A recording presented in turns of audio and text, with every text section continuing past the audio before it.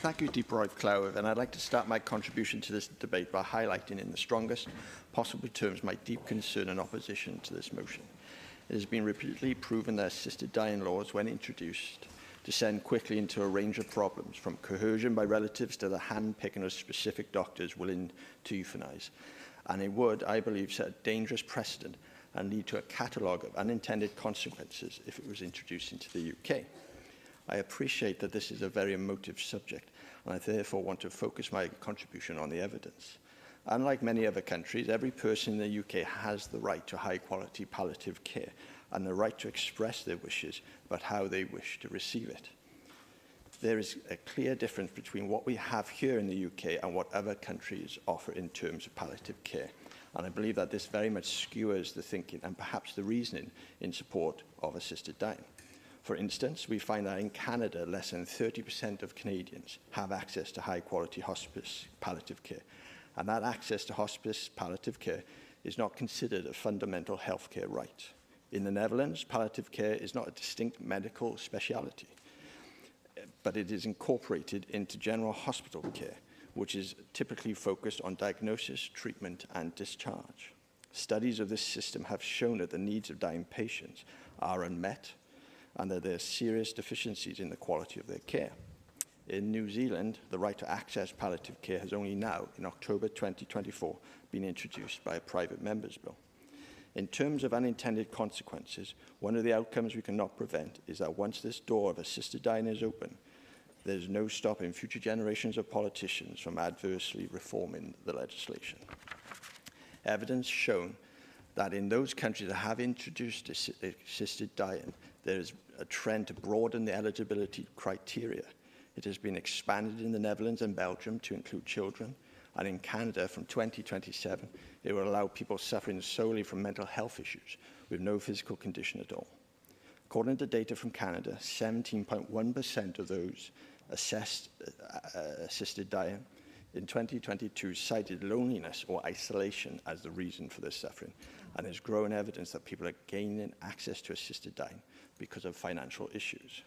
It was revealed in post-assisted dying investigations that a 41-year-old woman who has been euthanized in 2021 after telling doctors she could no longer stand the pain caused by her fibromyalgia had told friends in private that she actually wanted to die because she was so poor.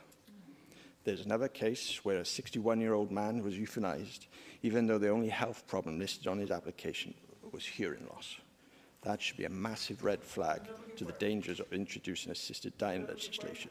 People are accessing it for the wrong reasons. Will you give way to Lee Waters? Thank you. These examples you're citing are not examples that would fall within the legislation that's being discussed in the UK at the moment, would they not?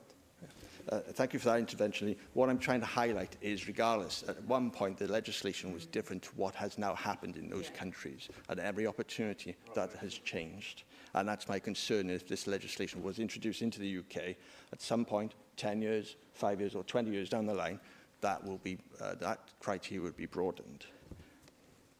However, my biggest concern, and one that has been frequently communicated to me by constituents, is that by introducing assisted dying, you change the narrative from how we can provide the best possible care for someone dying into at what point do they become a burden, financially or otherwise, to the state, to their family, or to their carers.